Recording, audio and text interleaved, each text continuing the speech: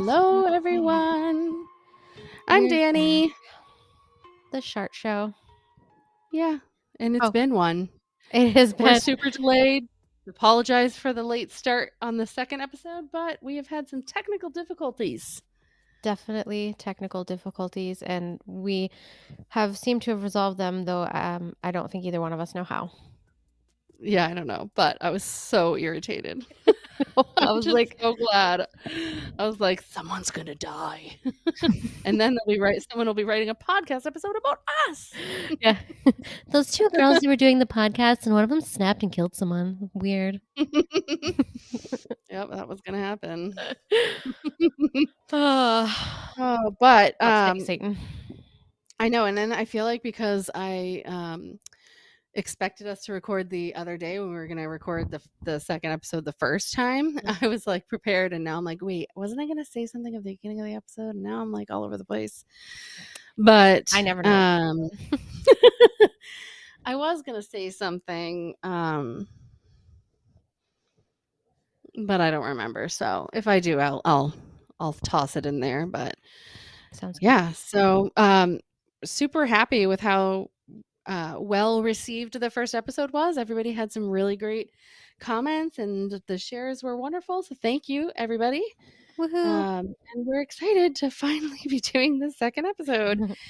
And because everything's been chaotic, we feel extremely unorganized. But Darcy is actually going to lead this one again for this episode, and then I will take on the next one. So, Darcy, what are we doing today? Woo woo. So we are going to be talking about the Dingman Brothers from Rochester, New Hampshire. Okay. I don't actually know. I feel like I know some of it, but I don't know a whole lot. So this is newer to me. Yeah, I mean, so this is my hometown actually. And I was in elementary school when this happened, so I remembered hearing about it, and then growing up I remember hearing about more about it, but definitely didn't know as much as I found out. Yeah, All let's right. go then. Let's go. So the Dingman brothers are Robert and Jeffrey Dingman. They were 17 and 14 years old at the time, and spoiler alert, they killed their parents. This happened in February of 1996. Their parents were Vance and Eve Dingman, and they were actually shot with Vance's .22 caliber handgun. Um, so friends and family had described the parents, Vance and Eve, as being hardworking. They did stick to strict rules and curfews. That whole English thing again. Vance was an electrician, and Eve worked in customer service at a fabrics plant. Friends and family also said that they appeared to be a normal family. They wouldn't have ever thought that something like this would happen. And they described Robert, the oldest one, as a sensitive child, caring about the feelings of others, including animals. The family had a pug named Emmy Lou Hairless, and Oh, reportedly Robert loved that dog. And then at some point, things went south, very, very south. Robert and Jeffrey felt that their parents' rules and curfews were unfair, and in an attempt to fix this issue, they decided to murder their parents because that's what normal kids do, I guess, right? and because when you get caught, you're not going to have any kind of curfews. Right, exactly. And I know that normal is subjective. So when I say normal, I mean normal as in the average kid who doesn't murder their parents because of perceived unfair rules and curfews, but whatever. Right, right. I mean, So, I had rules and curfews, and I would just not listen to my mom and do what I wanted anyway. I didn't kill her. yeah, I don't know. There's obviously something wrong, way deeper than that.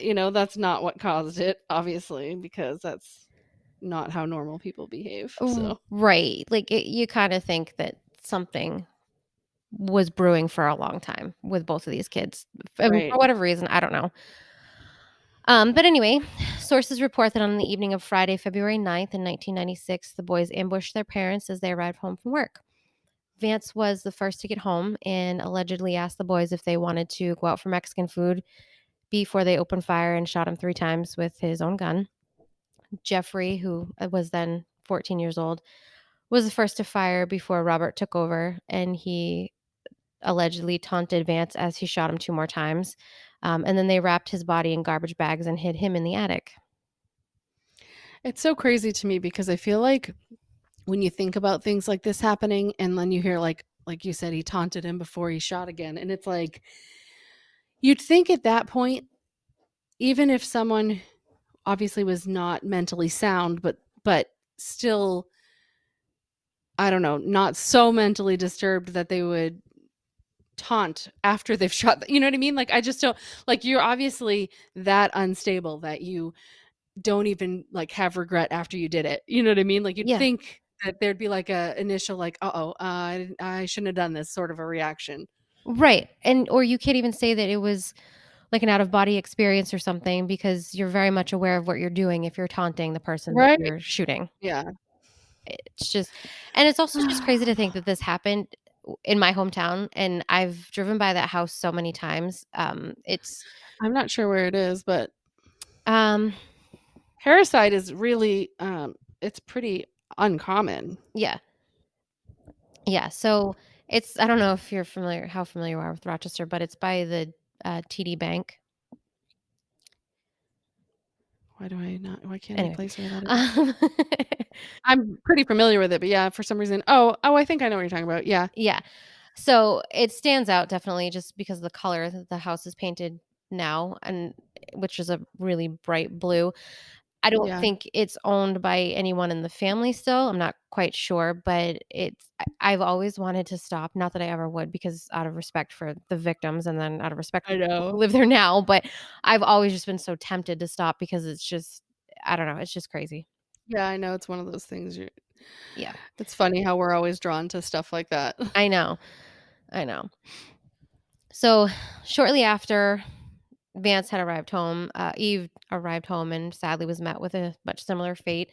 She was shot 2 to 3 times by Jeffrey before the fatal shot to her head, which was from Robert. He also mocked his mother and seemed delighted with their follow through of the plan. They wrapped her body in garbage bags as well, and they hid her in the basement. I can't believe I don't remember this because I'm older than you and I was in the area at the time, but I don't remember it. Yeah. My parents did a good job of shielding me, I suppose.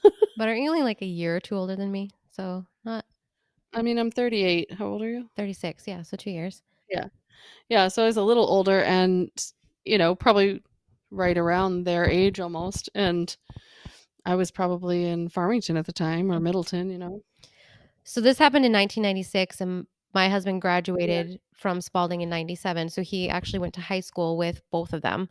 Oh, he did. He Yeah. wasn't friends with them, but he knew I think he knew the younger one, and then my brother-in-law, I believe, was in the same class as, Robert, the older one. It's Mm. just creepy. Creepy, creepy. Well, that's like the Pamela Smart thing was at my high school. Yeah, so And, yeah, and it was before my time there, but it wasn't too much before, and yeah, some people I knew the boys involved. mm, It's crazy. it is crazy. These So, go ahead. how'd they get caught? What happened after? Well, we'll get to that. So the murders happened on a Friday, and after killing their parents, they cleaned the blood spattered home and used air freshener to cover the smell of death before going out to enjoy their parent-free weekend. Jeffrey ate some Oh, cool. Doritos and played basketball with a friend. Robert peeled off his rubber gloves and went to his girlfriend's house, and that night told his girlfriend that he no longer had a problem with his curfew. Oh, fun, yeah. So much remorse. Yes. Oh, I can't even imagine I can't imagine as a parent, like, Yeah, to see I your just kids do that, I don't even know. it blows my Uh, mind that anybody could get to this point, but I know. authorities report that the boys committed the murders with chillingly good humor. Jeffrey had apparently asked at one point why Robert got to have all the fun when Robert had told him that he would be the one to shoot their mother.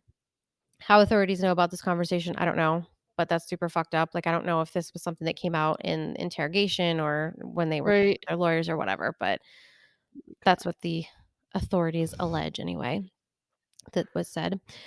So the Monday following the murders, a concerned coworker had, I guess, talked to one or both of the boys. It wasn't very clear in my research, but they had told the coworker that Vance and Eve had gone on a spur of the moment vacation. I feel like that's probably not the best lie, but okay. Yeah.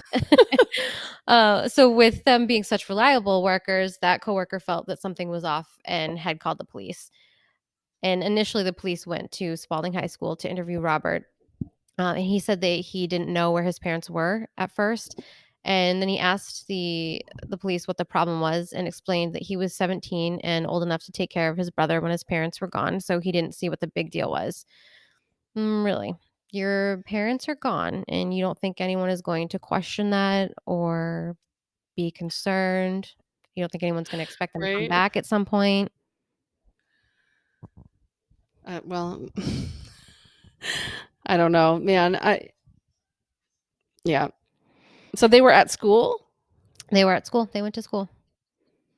That's cool. So How it's do you go to school and act like everything's fine? yeah, it's like they planned the murders, but then didn't put a whole lot of thought into what they were gonna do after. Like you go to your girlfriend's house, you hang out with a friend and play basketball, you go to school, you tell people that your parents went on a spur of the moment vacation, you tell other people you don't know where they are. Wouldn't this be more thought through? I don't know. I feel like people either plan out like every little step and forget something major or don't plan out anything. Yeah. Yeah, it kind of seems like they planned to just murder their parents, but then didn't really think about what the next steps would be after that. Robert did eventually give consent for detectives to search their home, and both Robert and Jeffrey waited in the kitchen while the home was searched, and detectives found the garbage bags that contained the bodies of Vance and Eve.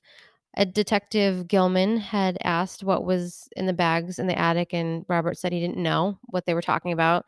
And they report that he seemed very nonchalant and carefree about the whole situation. So this was the same day? So this was the following Monday. So they murdered their parents Oh, on okay. Friday, You and then missed that that. Monday is when the bodies were discovered. Okay. So at first, Jeffrey denied any involvement, and he was soon labeled as unreliable due to conflicting stories that he told within the first few days. He ultimately did plead guilty and then testified against his brother. So Jeffrey being the younger one, Robert being the older one. Before his plea, his Jeffrey's lawyer said that their defense might focus on battered child syndrome. And Robert had even reported that his father sometimes punched him in the chest over bad grades and once had hit him in the face. So, I mean, again, maybe there was like a little bit of abuse by Yeah. the dad or both the parents or something, but it Right. still doesn't seem like that's near enough to. And you're taking the word of these kids, you know? Yeah, exactly. Robert's I lawyer. mean, I have to imagine something happened to them. You know Yeah, what I mean? Like, I can't imagine. I don't think that people are just born doing this stuff. I feel like something influences these people to do stuff yeah, one way or the other. at some And point in not time. putting Yeah. any blame on the parents. It might They not did it. influence everyone the same way. I might not see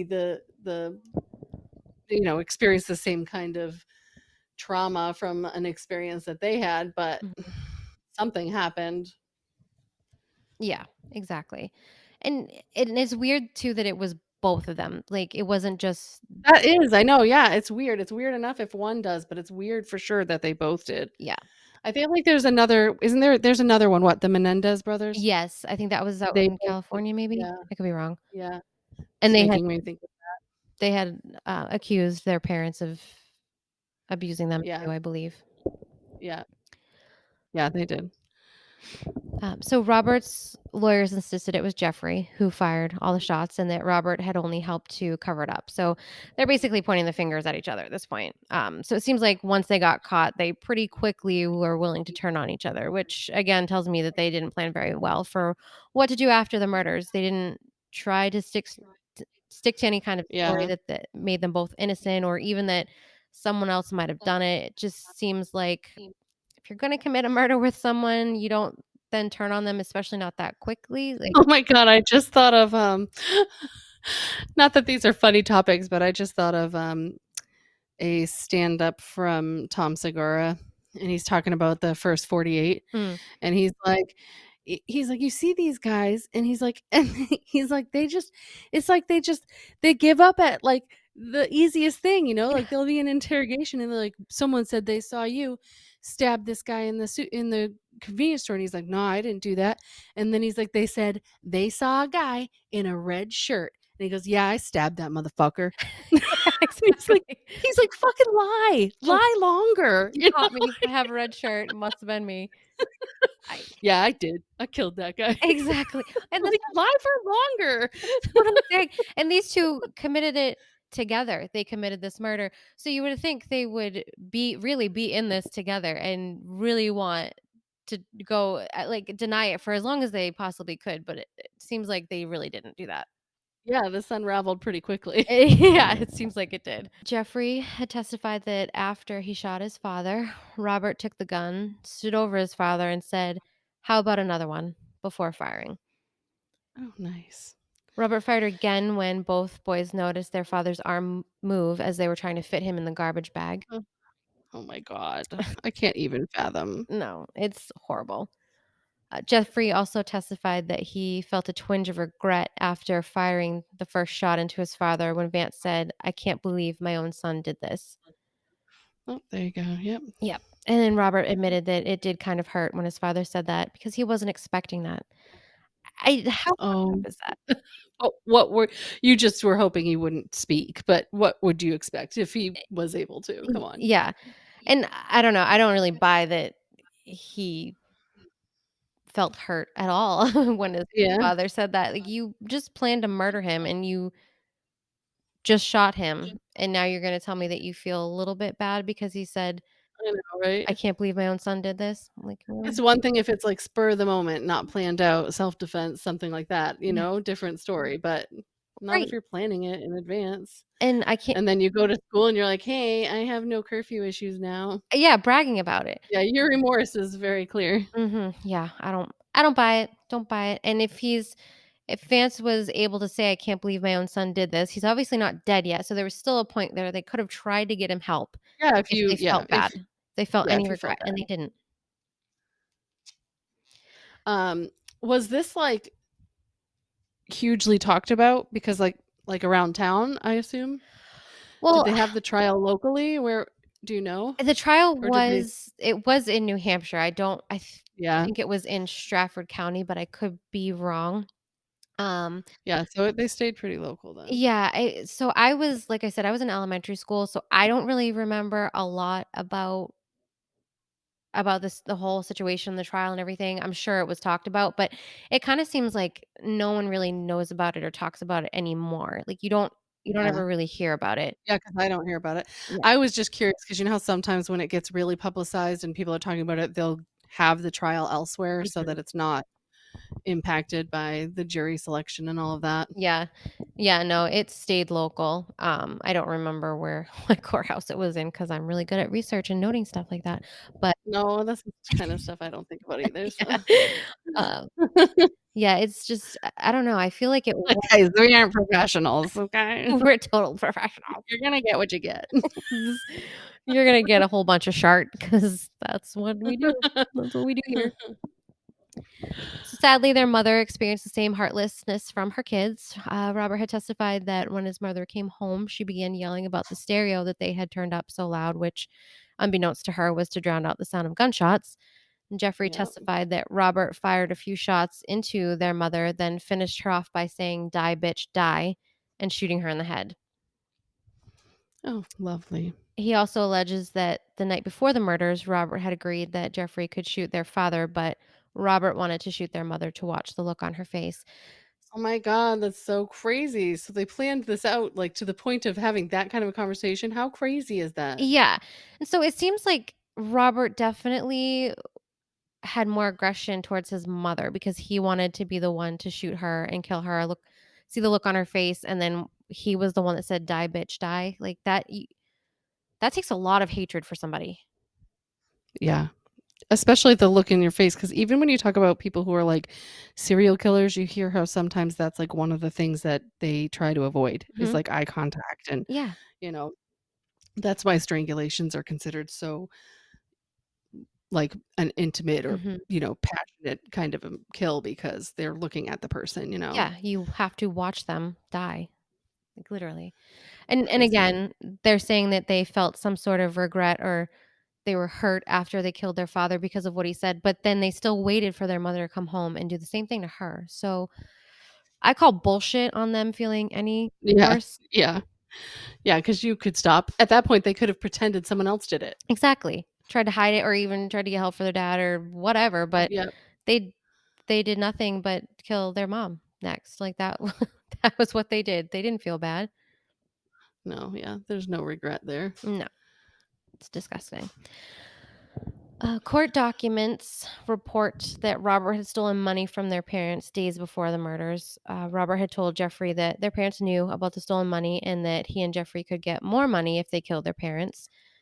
Robert asked if Jeffrey would help him, and obviously, we know the answer to that question. Sources do document that Vance and Eve had wills, which left their children a little over $200,000 in cash and life insurance. So the next day, they put on rubber gloves and waited for the parents to come home. Apparently, all of that was worth $200,000. I don't know if they knew that they would get any money or how much money they would get, but still, I mean, even if they knew it was $200,000, you're willing to kill both of your parents for that? You can't even live off that for the rest of your life. Yeah, no, it's not gonna get you very far, but at that age, do they know that? You know what I mean? Yeah, yeah. I'm sure it seems like so much money. At 14, maybe not, but I feel like at 17, Yeah, I should have known know. better. I don't know. 2 weeks prior to the murders, Robert had asked his girlfriend if she would still love him if he killed someone. Robert had also bragged to his friends about his plans to kill his parents. It's reported that Robert said, "Jail is life. I could kill my parents, take some money, go to jail, have 3 squares a day, lift weights, and play basketball." Oh my god, what is wrong? They don't know what prison's like, apparently. Yeah, and They didn't do very good research on that. yeah, hindsight's 2020, buddy. Robert's lawyers said that he made these comments jokingly and in the context of his interest in rap music. No, What? that doesn't even make sense. Jokingly means the person is legitimately joking about it and they make some like off the wall comment. Yeah, I mean, he actually did it, so how much of a joke could it have been? Exactly. You don't actually then do it. So his comments aren't just taken out of context and him joking. His comments, I'm pretty sure, are what we call premeditation. And at this point, they know that they did it, right? Like, Yeah. are we really questioning that? Right. I How can you mean, say it's joking when he actually fucking did it? I don't get it. well, That I mean, no wonder New you're Hampshire lawyers, yeah, your attorney's great. He really had your best defense up there. best interest in Best mind. interests. Good lord. Lord have He was mercy. just kidding. He was just kidding about killing his parents. I know that he did it, but he was just kidding about it before. It was still just a But joke. when he did it, he wasn't kidding. Weird. Others have reported that Robert wanted to be in a gang and had talked about doing drive-bys. He told police he considered himself to be a wigger. Oh god, I forgot about that word. That's so I know. gross. When I saw this in the article that I was reading, I was like, "Oh my god, I have to. I have to put it in there." It's so old sounding. Yeah. Oh my god. So I mean, Oh. I I don't know that I would say this is the worst part about the whole thing because the worst part is the fact that both of the parents were murdered, but it's so bad that it seems like there were so many signs that something was gonna happen, especially with Yeah, Robert. so many people could have said Yeah. something. So many people could have stepped in and said something about Vance and Eve and the fact that they weren't safe or that even these comments were being made, but nobody said anything, and that's See, I will so say fucked that I up. know people don't like social media a lot, like, a lot of people don't like social media, but I do feel like that's the one of the few pros of it is that so many more people talk about this kind of stuff, so more people are aware, because back then, if someone had a conversation at school, we didn't even have cell phones, so it's not like you could text your friend later that night and be like, "You know what Bobby said?" Yeah. You know, like, so there was never that extra. It was like it was said, and then you were weirded out, and then you went home and you forgot about it. Yeah, you So, the connection that we have more that now, it does enable more conversation around stuff. So that I suppose is a pro. Not that we're out here solving more crimes this time in our world than we were in the past because we're not. Um, go figure. But It's kinda weird how that works because you would think it would be the opposite. I watched something recently, and it was like a TED talk or something, and the guy was talking about how we solve less crimes now than we did, like, percentage Mhm. wise, than we did in, like, the '60s or something. And you'd think with all of the technology and DNA and all of this stuff that we have, that that wouldn't be the case, but it is. Yes, and I've seen something about that recently too, but then on the flip side to that, there have also been a lot of people who have been wrongfully accused and a lot of people who have gotten out of prison that Yeah. were put in prison in the between like the 60s and the 80s or even Yep. the 90s. Um, Yeah, so they were probably just arresting people to arrest them. exactly. Be like, So "Solved, all set, guys." yeah, air quotes, they And solved. Richard Ramirez is like, "See you later." Right. I kind of feel like nowadays it's probably harder to falsely accuse someone of something. Yeah, So that's could contribute to why so many crimes aren't being solved. I don't know. That's just my yeah. theory. I have a lot of theories about a lot of things that don't make sense at all. So, but another thing that about this whole situation, like, so a lot of people have said like their parents probably did abuse them or whatever, but like, there's no reports anywhere that either of these kids ever talked about their friends, family, anyone else about any abuse going on at home, but yet they were telling their friends that they were gonna kill their parents. So you would think if there was Yeah. some sort of abuse that was that significant, that they would say something to their friends or Yeah, to like their somebody else. friend, at least a couple of friends would have an idea. Right. And I And if it was, like, something that was that awful too, you'd think, like, especially friends, if they had friends that ever used to come over to their house, like, I've had situations where I've been at friends' houses and I'm like, this isn't normal." yeah, Like, yeah. as a kid, I remember being weirded out by a couple of friends' parents or the way they interacted and, Mhm. taking note on that. So you'd think, like, over the course of time, especially if it was bad enough that they wanted to kill their parents, that some kid that they grew up with would have been like, "I've been there a couple times and I remember Right. a couple of weird things happened," like anything. Yeah. And I couldn't find anything that referenced anybody reporting anything was weird or that there was any abuse or anything like that. I couldn't find anything showing that there was ever a history of abuse or police even being called to the residence for any situation. So Right.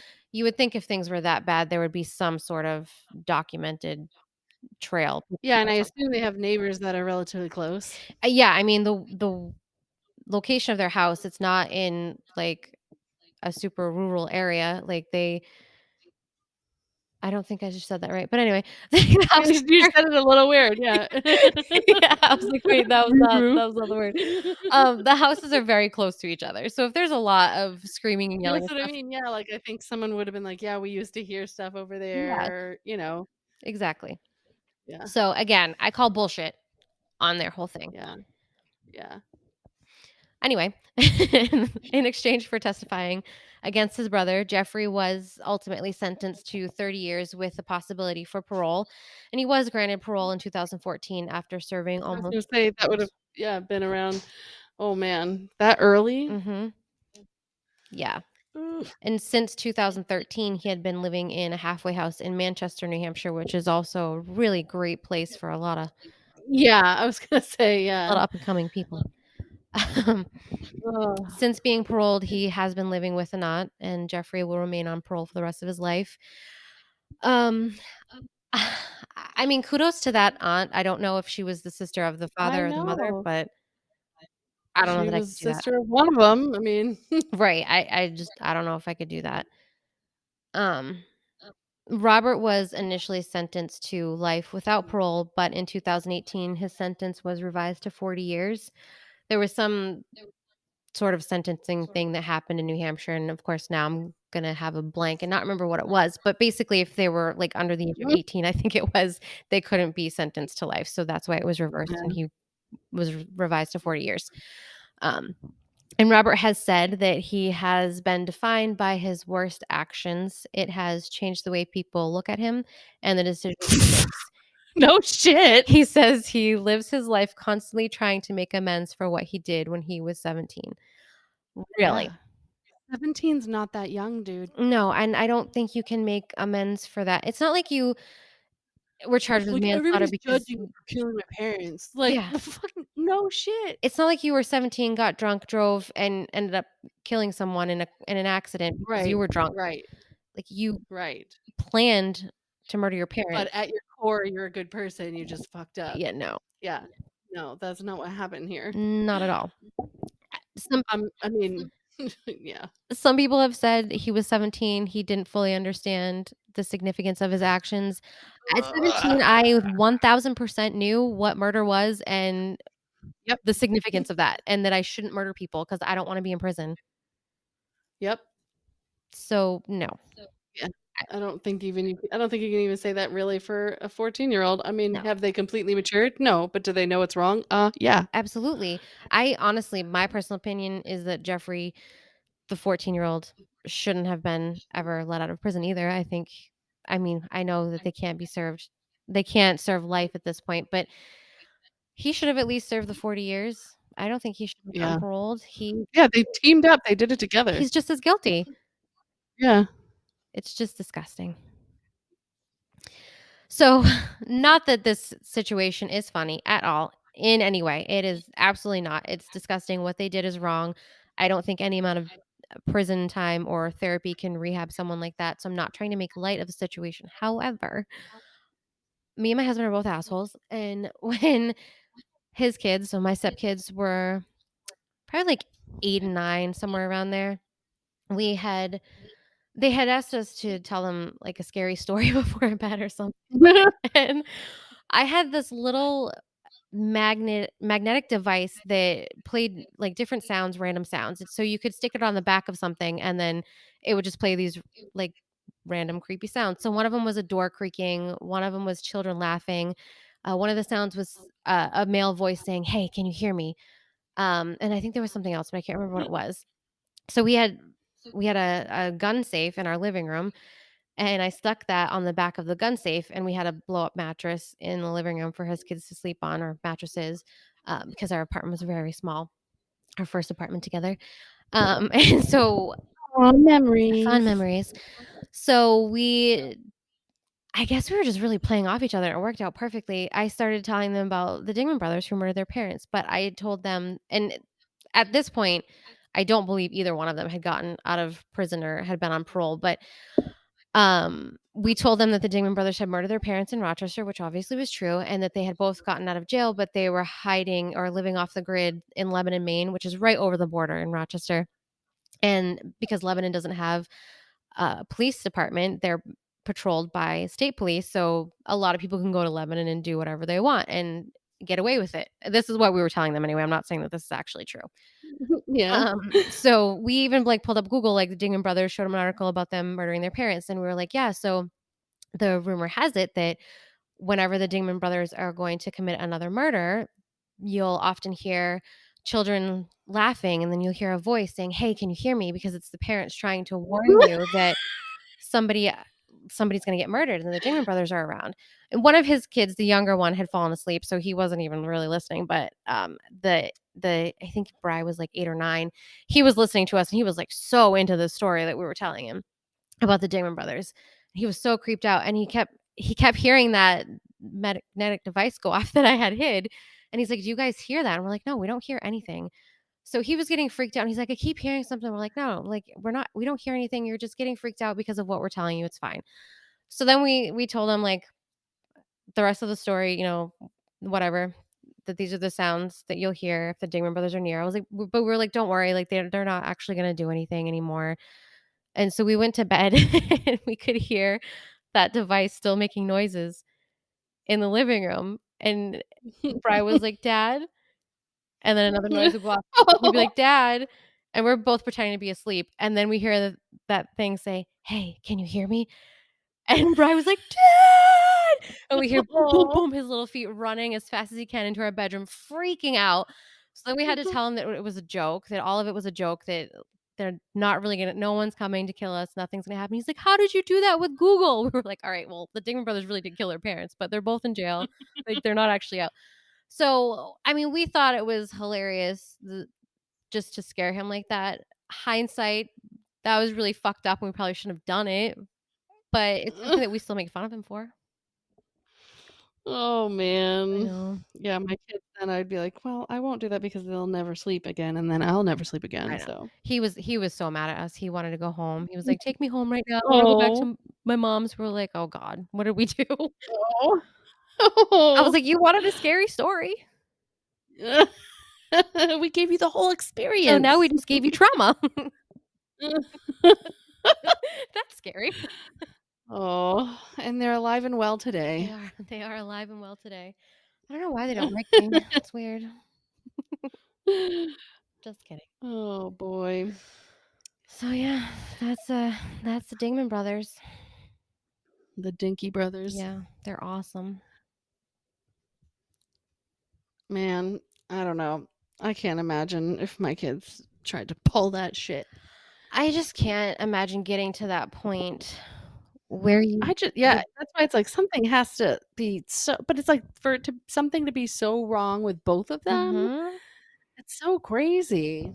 But Me and my mom have we gotten live in into a some crazy world. doozies of fights when I was younger, but never once did it Yeah. cross my mind to do anything like that. I was just like, No. "Alright, I'm just gonna do what I want anyway and just piss you off all over again." I almost said, "Yeah, because 'cause you're normal," and then I was like, "Wait a second." I wouldn't go that far. Definitely wouldn't go that far. Oh, I'm boy. just not that abnormal. Go with that. Alright, well, so I wanted to, I know you and I had talked about, wrapping up episodes by covering briefly some missing persons cases, at least locally Mhm, to start. And I just wanted to explain to some people who are listening why this is how we're going to handle some of them, because one of the biggest challenges when it comes to getting information for a lot of the cases is that if a case is still considered open or cold, a lot of that information is still not presented to the public. So it is hard to get information. So for a lot of missing persons cases, you have really limited information that you can research. And I will say that it's surprising how many missing persons there are in our state of New Hampshire mhm. alone, because it's not a big state, and there are still regularly, almost monthly, cases being put up on here. Yeah, And so, again, with a lot of these, unless there's like Facebook pages that provide information from people who knew the individual, it's really tricky to get information. So, we thought that the best way to just get anything out is to just touch on an individual for each episode. So, today I had decided that I was going to cover Nicholas Washburn. His current age is 34. He went missing from Claremont, New Hampshire, and he went missing back on April 10th of 2015. He was 26 at the time. And at the time he went missing, he was in a red shirt and black pants. He's got brown hair. The image in the photo, he's got like really closely shaved head. mhm, So hazel eyes. He was tall. He was 6'3" and approximately 180 pounds, white male. It says here the subject was last seen near Block Ave around 9 p.m. on April 10th of 2015. His vehicle was later found and had been involved in an accident on Main Street, New Hampshire Vermont connector bridge over the Connecticut River, and he could have been injured or confused at the time. So, granted, I haven't done you know, haven't gone deep to try to find information on this, but again, where it's open, I assume there's pretty limited information. So, yeah, but yep, that is what I wanted to cover. I would urge anyone listening to, even if it's like once a month, hop onto your state's missing persons list, or, anywhere, you might, maybe you travel between states or something like that, but just hopping on at least once a month to just kind of look over and see if there's anything there that you've maybe not realized you had been aware of at the time. Sometimes all it takes is that one little trigger to remind you that you did see something. mhm. So,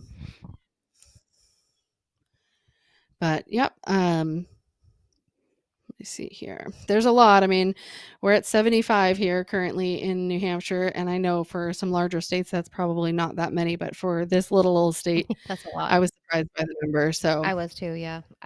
Especially since our crime rate and everything is relatively low, especially compared to a lot of other states. So just to have that many right. missing people and then missing people where it's like under suspicious circumstances too.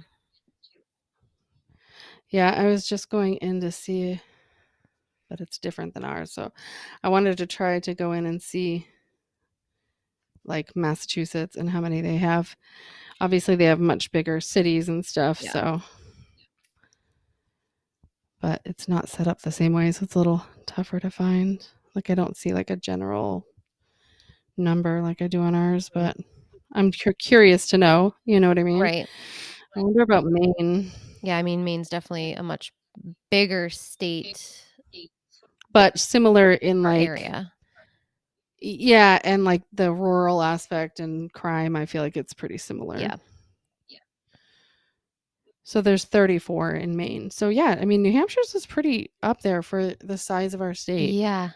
Actually, and It's that's like even more double shocking to almost. hear that compared to Maine. Yeah, That's crazy. yeah. It's Manchester, man. I know. Manchester. There's so many from Manchester on there. It just that place There are some stresses me There out. are some really nice places in Manchester. There are some really great There people in are. Manchester, but it seems like that place is going downhill with It's a crazy. quickness. Yep. Yeah, it's pretty nuts. Yeah. But yeah, so that's all I have for that. Yeah, I mean, I know I think in the beginning what I was trying to remember was how I had been thinking about our first episode and it was very humor filled and I feel like a lot of the episodes that we might cover that are, maybe of the paranormal nature, things like that, those will be a lot easier to joke around Yeah. with, but I just want to make sure that people listening know how serious we do feel about the true crime cases that we'll cover. Darcy and I definitely have talked a lot about how we could, at some point, hopefully in the future, if this podcast goes well, figure out ways that we can contribute to different kinds of organizations or creating our own organization that helps with things like this. So, Yeah. whatever any person can do is great, but I know sometimes when people joke around, it can be taken the wrong way. I also feel like sometimes having a good palate cleanse before or after can definitely help. Some people relate to humor. I just want to make sure that everybody listening knows that we don't find these situations funny. We know that they're not humorous. We just have that kind of personality. So, Yeah. We're both douchebags is what she's saying. I'm trying to say it nicely. Oh, I'm yeah. trying to We're nice trying douchebags. to trying to say it nicely. Um, but yeah, so please don't think that we don't take it seriously because we absolutely do. But whatever it takes to get people to listen and pay attention is important. So I'll even sing if that's what will get people to listen, but I'm pretty sure if I start singing, nobody will listen. So, but yeah, so well, thank you, Darcy. oh, yeah, you're welcome. We'll have to try to figure out, and I don't know if anybody has any suggestions, but if it'd be like ideal if we did like a rotation between like true crime and paranormal or other bizarre things and then back to like if we did every other, or but then we'd each like maybe we do two crime, two paranormal. We could do We that. could do that. It's the Like you Shart do Show. a Anything paranormal, I do goes. a paranormal. Yeah, it's true. It's just a big old shardy It mess. is a shardy mess. But we'll get there. We'll get there. Lord have mercy. All right. Okay, well, I guess that'll do it for this episode, huh? All right, yeah. Right? And there's my D-bag dog. Cut. Cut and cut And and scene. scene. Bella, enough. Okay, all right. Okay, bye. Bye.